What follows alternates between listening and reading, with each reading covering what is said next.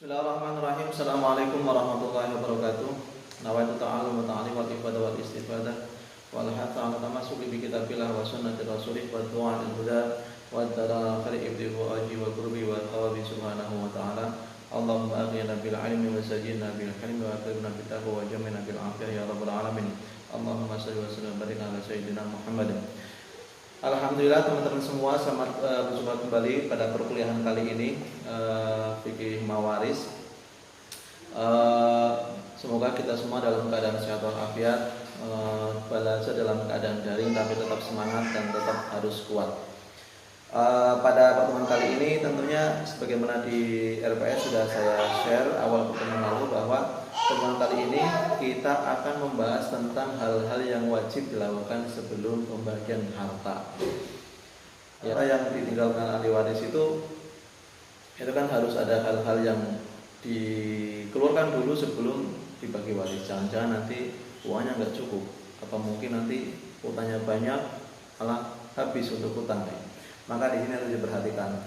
Yang pertama, dalam buku saya silakan bisa buka halaman 26 sampai 30.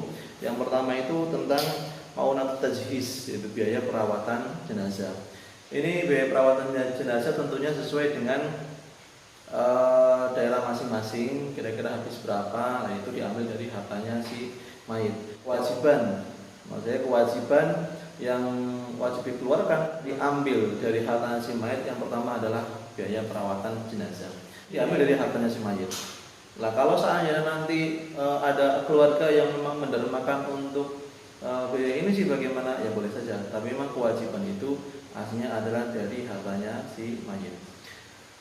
Tentunya ini sesuai dengan kadar dan kebiasaan di daerah masing-masing.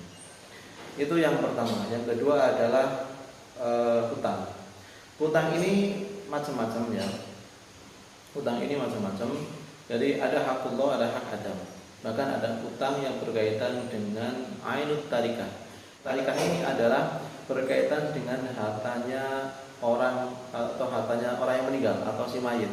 Contoh, si mayit punya rumah, ini kan harta, tapi kemudian digadaikan. Nah, ini sekarang belum lunas, dilunasi dulu.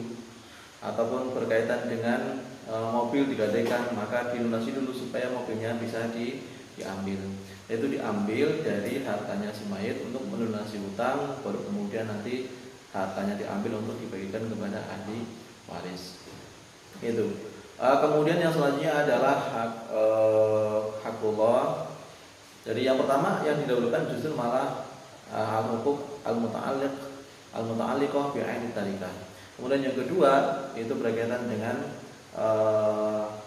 hakullah seperti zakat, kemudian haji, kafarah dan lain sebagainya sebagaimana diungkapkan dalam fikih ibadah.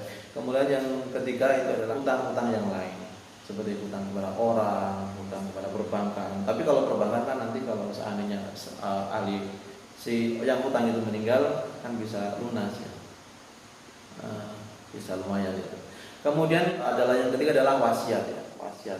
Sebelumnya bahwa antara maunat tajhiz dan juga hutang itu berbeda pendapat di antara kalangan ulama. Ada yang mewajibkan untuk maunat tajhiz dulu, ya perawatan jenazah dulu baru kemudian hutang. Ada yang mengatakan hutang dulu baru biaya perawatan jenazah. Tentunya berdasarkan hadis yang berbeda-beda gitu kan.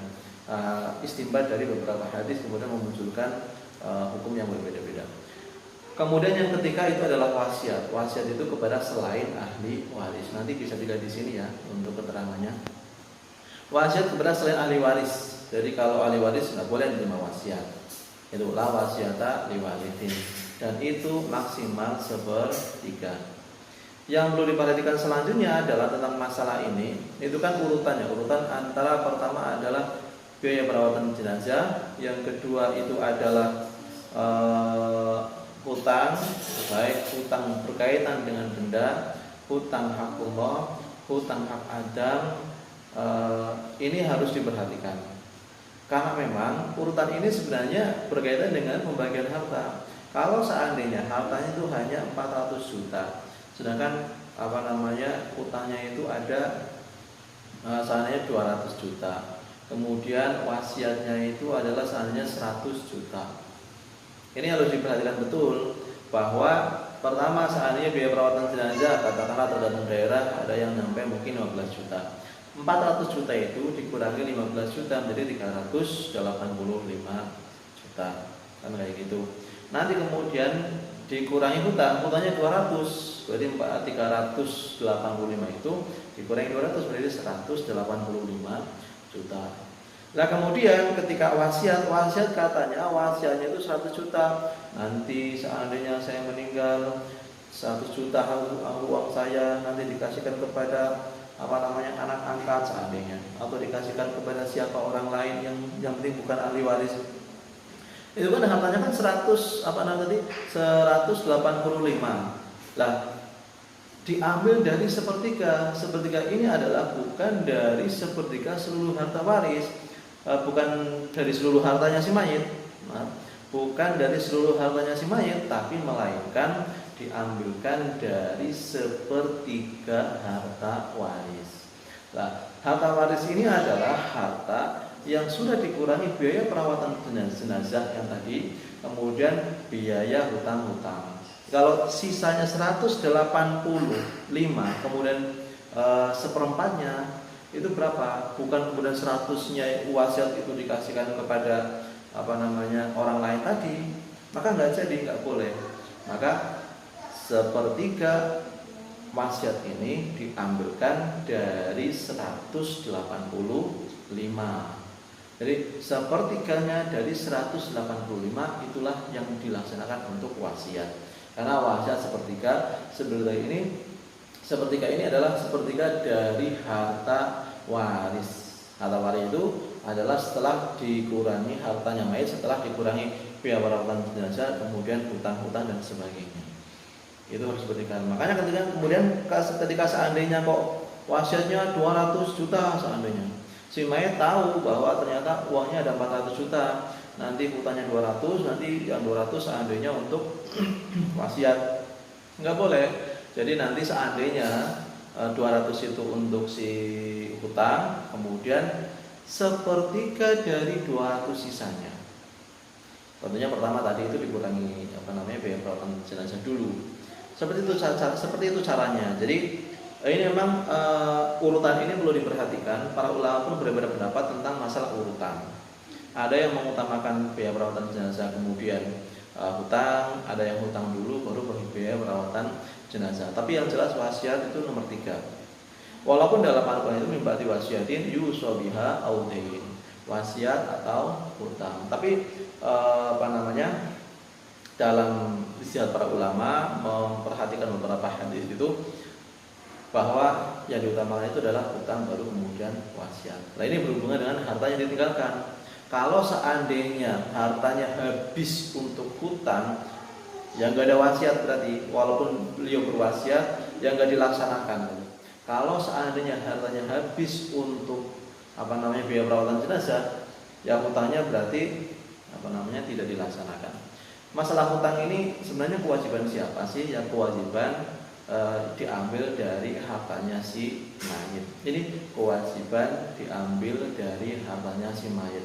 Kalau seandainya keluarga mau mendermakan, ya udahlah sekarang hutangnya si mayit kita urun aja. Dari keluarga kan semua pada kerja semua, kemudian semua sudah kaya semua, ya oke, ya khair gitu kan, labas, istamir bi, ya udah silakan melanjutkan seperti itu. Nanti kemudian sisanya dibagi kepada ahli waris. Bukan berarti bahwa ketika hutang itu harus ditanggung oleh ahli waris, itu tidak seperti itu.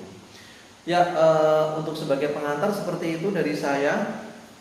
Silakan bisa dibaca lebih detail karena kalau diterangkan lebih detail di sini mungkin agak kepanjangan videonya. Siapa yang nggak pengen lama-lama, silakan diskusi, tanyakan, dijawab, kemudian ada yang menambahkan, ada yang menyanggah dan sebagainya. Silakan diskusi. Biar juga untuk tanya-tanya di kolom komentar. Jangan lupa like, subscribe, insya Allah untuk dakwah kita semua. Dari saya cukup sekian. Akhir kalam, wassalamualaikum warahmatullahi wabarakatuh.